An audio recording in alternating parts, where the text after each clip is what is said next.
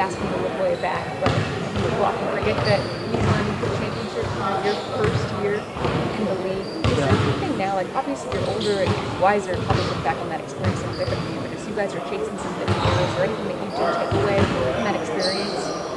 Yeah, for sure.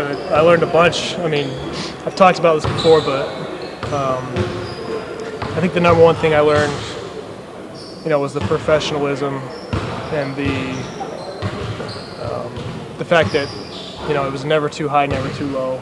Professionalism of Giannis, Chris, Drew, we're down 0-2 to Brooklyn. Got killed both those games. Looked like the series was over. To me, I felt like it was over, but come back to win the next two. Kind of blow game 5, honestly. Again, felt like the series was over, but there was never any panic or anything like that. It was always, let's get back, get better the next day. And so you learn that things can change pretty quickly in this league. I think that's something that we've tried to do, with our, rough stretch there that we had. Just trying to stay professional, stick to your habits, just trying to get better and better, and stuff will work itself out. As you're integrating James in, what's been the biggest adjustment to the spacing on the floor?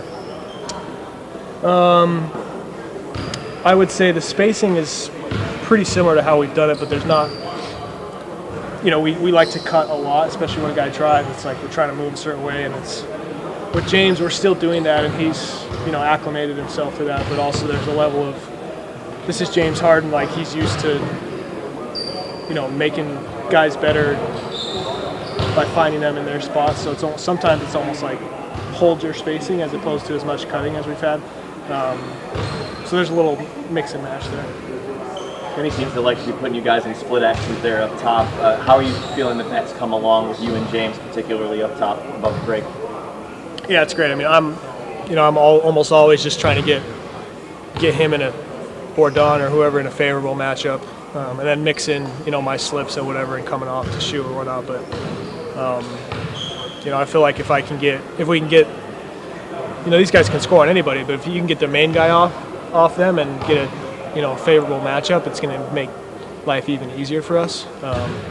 And it's no secret James isn't like a crazy cutter or anything like that, but I feel like he's done a great job of just playing and making the right plays and stuff.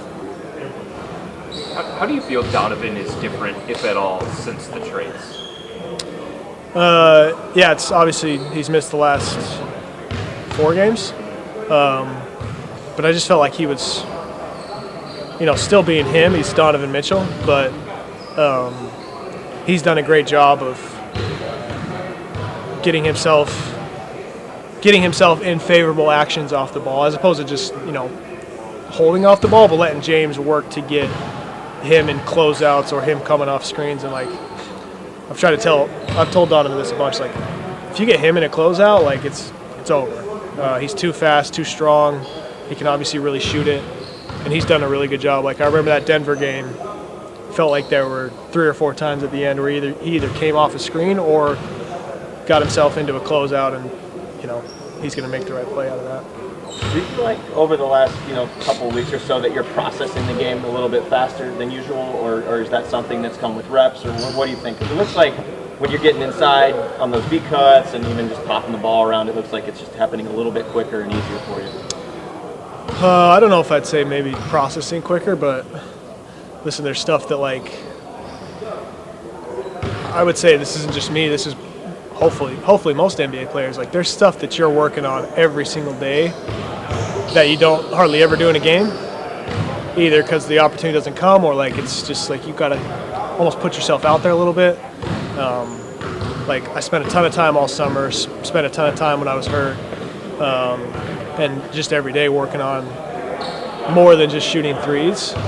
And sometimes it's just about finding yourself in those situations. And Detroit, Milwaukee, we had guys out, had to have the ball a little more, get a few more opportunities to play inside the three-point line, inside the paint, and from there you figure out how to make quicker reads and make the right reads and make the right plays.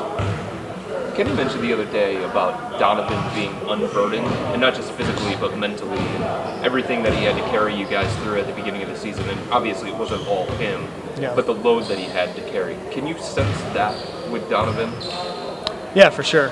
Again, it feels the NBA goes by so quick, games go by so fast. It feels like he's been out for a month now because we've played 4 games without him. But yeah, like we had to put so much on his plate to start the year with the injuries and the struggles and whatnot. And you know, he's super competitive and also very positive.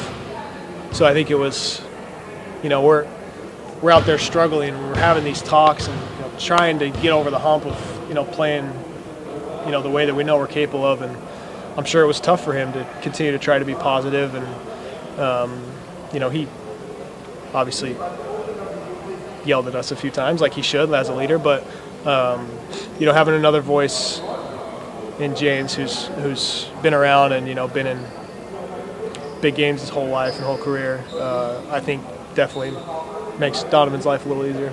Just curious, because you've been hitting the deck quite a bit this year. How's the wrist feeling? I know that sometimes you're using it to brace the fall a little bit, but also on defense, it looks like sometimes you're holding that thing throughout the games. Yeah, the wrist has felt pretty good all year. We've kind of found a routine treatment-wise that if I do stuff every day, it helps keep it. The hand is good now. I mean, it's not 100%, so occasionally I'll hit it and have to feel it. But it's just, everyone talks to me about how much I fall down. Specifically when I'm going to the basket, I've just always been that way. If I go to the rim, I'm going to end up on the floor. Maybe it's because I had so many ankle injuries, I just brace it and fall, or that's where you see me as really unathletic, is my inability to stay up. I don't know, but just always how I've been. But wrist and hand are feeling pretty good. All right, this is the last question. There's a good chance Jason Tatum's back tonight for Boston. Yeah. Whether or not he plays Sunday, I guess, is to be determined. But how are you guys sort of anticipating?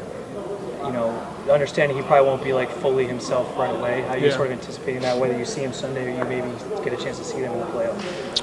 Yeah, I mean he's a great player, obviously.